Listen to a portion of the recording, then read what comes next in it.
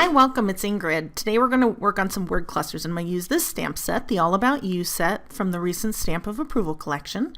Piece of transparency down, and this is actually the backing to my stamp set. And I'm going to align various greetings to create a cluster of words. Now, I chose my first focal point, and that is You Make a Difference. That to me was the two pieces that I wanted to make sure that I had positioned exactly where I wanted them. Now, the funny thing is I actually moved the U once I kind of put the whole cluster together, but the Make a Difference stayed where it was. So here you see my cluster. I just figured you didn't need to see me put it all together. And I've just kind of arranged different greetings, positioned 3 different U's in there, and then I'm going to transfer the whole thing to a large block. And then once I've got that secured, I'll just peel up the transparency on the other side. Because these are clear stamps, they stick nice to the transparency, and so that made it for a very easy transition and easy way to build. Now for my first card, we're going to do 5. My first card, I'm using Peacock Feathers Distress ink onto Coastal Cabana Stampin' Up! Paper. And I'm just going to go ahead and stamp this down. I want to make sure that I have the Make a Difference there on the side, and I don't care if the other ones run off the card itself. You can see this is just tone-on-tone stamping, and then here is the final project, and you can see that it really stands out the darker ink onto the Coastal Cabana. And here you can see side by side with my second project, I did the exact same thing, I just embossed it in gold and added a little bit of gold there on the bottom. And you can see on the left, I went ahead and popped up that U, just really kind of wanted to stand out. I stamped it also in the same ink, but stamped it on white, and then popped it up so that it stood out. For our next 2 projects, we're going to do a little bit of clear embossing. So I have some watercolor paper. It's 140-pound cold pressed paper, and I'm using a de-static tool to just kind of remove all the oils before placing our word cluster down with some Versamark ink. I'm going to go ahead and dip it into some clear powder so that I can actually see where it is before stamping it a second time.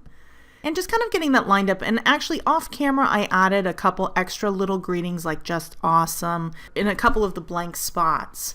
So we're going to get that heat set, and then we're going to do a second piece here as well. And you can see here we just have nice clear embossed pieces, and we're going to do a little bit of watercolor smushing, and this is just really the wrinkle-free distress technique, and just have some really nice vibrant colors.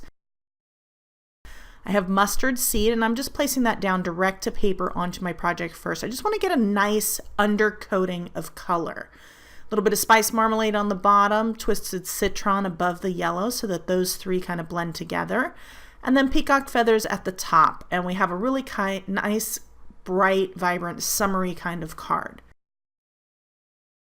So to start off, once we have all this great color laid down, we're going to spritz it several times, and I spritz this probably close to 15 times before moving on to the next step, which is drying it. And you want to immediately dry it and just kind of move that water around. You're going to have some heavy drips, and don't get rid of those. You want to kind of dry those in place. Having a regular heat tool versus the Ranger heat tool. The Ranger heat tool doesn't really disperse the water, move it around, force it to go a certain direction, but I have a regular heat tool, and that kind of does, which kind of works to my advantage a little bit here. And then I'm going to lay down more color and spritz that, and I'm going to go through a series of steps doing this over and over until I get a result that I'm truly happy with. You can see here it's just kind of becoming really vibrant, and the color is starting to deepen. We have a really nice blend in between the different colors, between the spice marmalade, the mustard seed, and then the mustard seed, the twisted citron, and then at the end I'll work between the twisted citron and the peacock feathers. So I'm also trying to get a couple of little splotches and dots, and you can see here every now and then I just kind of have some dots, and that's really what I'm going for. I want to get some different character, kind of almost build up an interesting texture to the piece without actually adding a layer of any kind. So here I'm just finishing up with the peacock feathers, just kind of deepening it, and I did a lot of this also off camera as well, just because you kind of get the gist of what it is that I'm doing. So now I have a cloth that I've spritzed lightly with water, and you can see that I'm just rubbing off all that ink that has collected on the actual embossed, the raised surfaces, and that's really making it kind of pop a little bit more. Doesn't that look great? I love it. Now for my next piece, I went a little bit more of a neutral tone, and this is a great masculine card, or perhaps even somebody who's in the military. These colors just really worked really well together. I used a neutral palette of pumice stone, a little bit of ice spruce, some peeled paint, and tea dye, and it made a very interesting mix. And you can see I'm just kind of putting the neutrals down and then adding just a little touch of green and just a little touch of the tea dye, and then placing my embossed piece directly on top, and there you go. Look at that.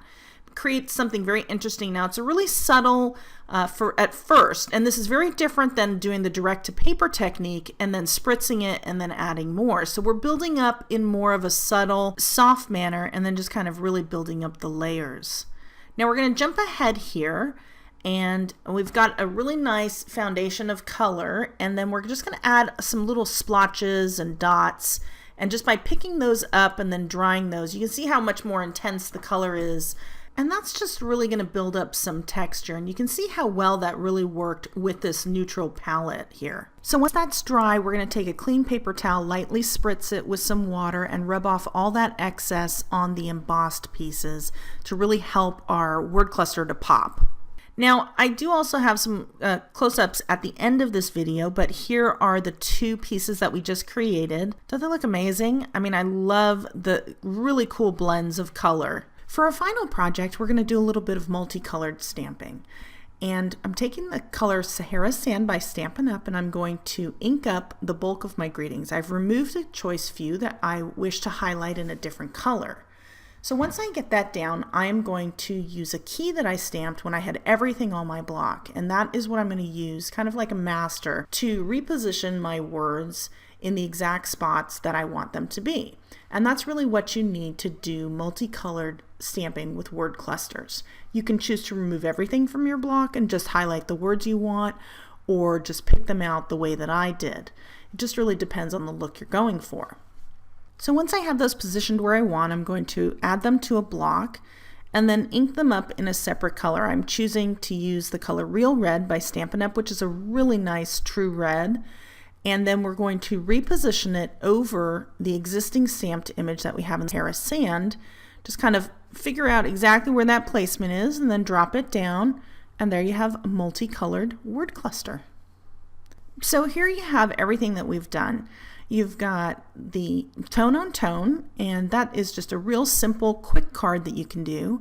We have the embossed with a little bit of embossed at the bottom there. I just ran a Versamark pad across the bottom of my card and just added a little bit more powder. We've got the wrinkle-free distress backgrounds. You have the neutrals as well as the brights, and you have the double stamped for a taller card, and then you have the multicolored. A lot of different looks, same stamp, just a lot of fun. Here are some close-ups with your final projects.